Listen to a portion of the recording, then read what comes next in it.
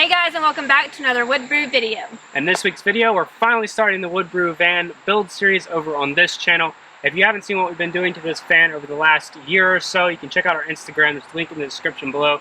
Huge shout out to Rockler, who's been supporting us through this entire build series.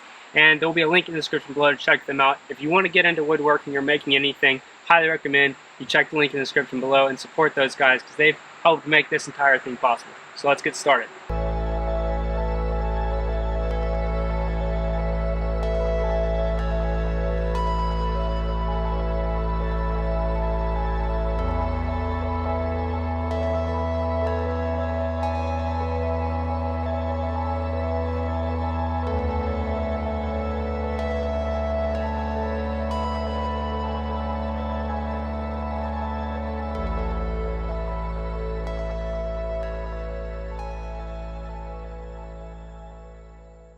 Before getting started building, we had to remove the old boxes we built. If you'd like to see the tour of the old van, you can click the link in the description below or the on-screen card.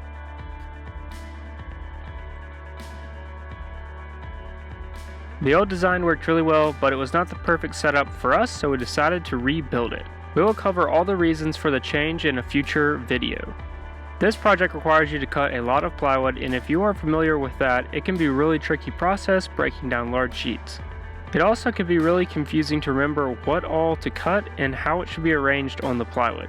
We will have plans available once the entire van is done to make that process much easier for you. We use this material cart from Rockler to help manage those large sheets of plywood, and actually use it for pretty much the entire project as well.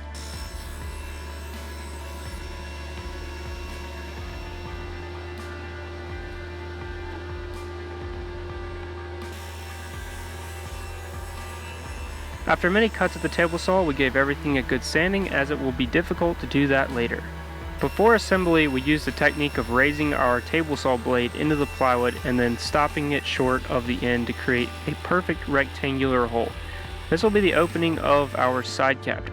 This technique is a bit dangerous, so only do it if you're comfortable. A jigsaw will work just as well for this application. First, we are assembling the side cabinet that will later attach to the two larger ones. This cabinet is positioned on the passenger side right behind the front seats. For the entire project, we are using this Moreland ultra light 1/2 inch plywood for the long sides and the bottoms, then ultra light 3/4 inch plywood for the tops and the ends. Using brad nails, we tack everything together, ensuring that everything is square and flush as we go along.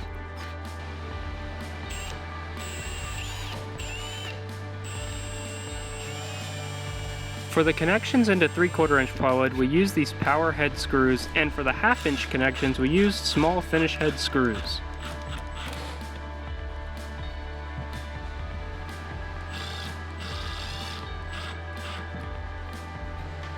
Next, we need to assemble the back two boxes. These boxes share one large bottom piece, but first we will assemble the box sides and tops separately. I'll skip the assembly as it was the same steps as the prior box. These boxes will also have huge pull-out drawers, so we will leave one end open. We laid the two boxes on the ground face down and set the large bottom piece on top. Carefully measuring the location of the sides, we made marks for where our screws should go. Then, using some screws, we attached both boxes down. Make sure everything is square before attaching the boxes. We made the mistake of skipping this, and our driver's side box was a little off. We flipped the box back over and slid our first assembled box into place. This box is offset to take advantage of the extra width of the van where this box will sit. We use these connector bolts from Rockler to secure the boxes in place. These are great because it allows us to easily remove the box in the future and provides a solid connection. The bolt is smaller diameter than the nut, so first we used a small drill bit for the bolt and then drilled through both boxes. Then, using a larger drill bit size for the nut, we drilled through just the back box.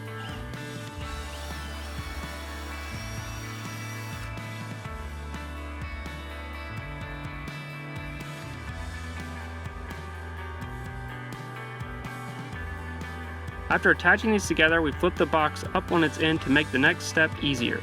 We attach a 3/4 inch plywood across the back of these two boxes. But we need a way to fill it in when we're in sleep mode. We used the same power head screws to attach this in place.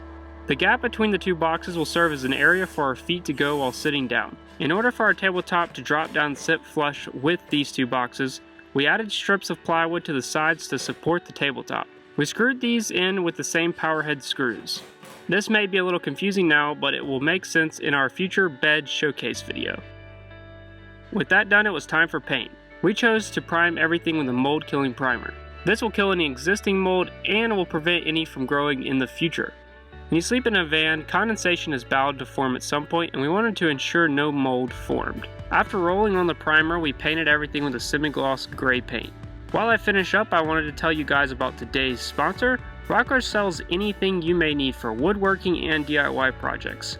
Whether you're a newbie or professional, their hardware and tools are for you. If you want to maximize efficiency in your shop, Rockler also sells some amazing jigs to get any task done faster. Their products are available online and in stores. Use the link below to find your nearest Rockler.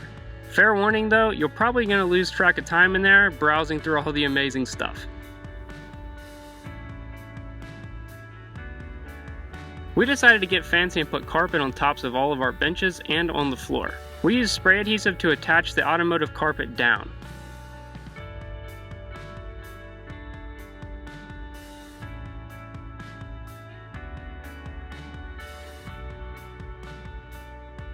To ensure the longevity of the boxes, we went a step further and added aluminum angle iron to the edges of the boxes. For the tops, we used 3/4 inch angle and cut a 45-degree notch out of one side of the angle. Cutting the notch out instead of cutting through the entire angle allows us to bend the corner and create a smooth edge. We cut one notch at a time to ensure that the fit was just right. The miter saw came in handy here, and if you weren't aware, aluminum is soft enough to use with woodworking tools, which opens up endless possibilities for other projects. The angle iron is attached using these small panhead screws.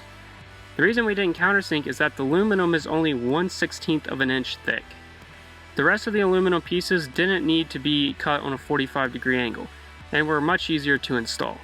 The angle iron in the floor will add strength to the box sides and keep the carpet from coming up in the future.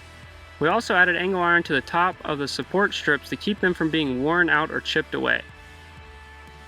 We aren't super sure how we like this aluminum look, so if you have any suggestions on how we can kind of tone down the color or shininess a bit, leave a comment down below. That's where this week's video is going to end. Obviously we've done a lot more to the van, but we actually had to throw everything in and get on the road because we are going on a month-long road trip, and we're collaborating with some of our favorite creators from Alabama all the way up to New York City, and basically doing a lot more cool stuff to the van, like these pull-outs and this table and a few other really cool things. So be on the lookout for those. They're going to be really fun. Yeah, make sure you subscribe so you get notified when these new videos come out. And also when we get back home, we're going to do an entire tour video, and when that video comes out, we will also have plans available, so be on the lookout for that. Alright guys, we'll see you later.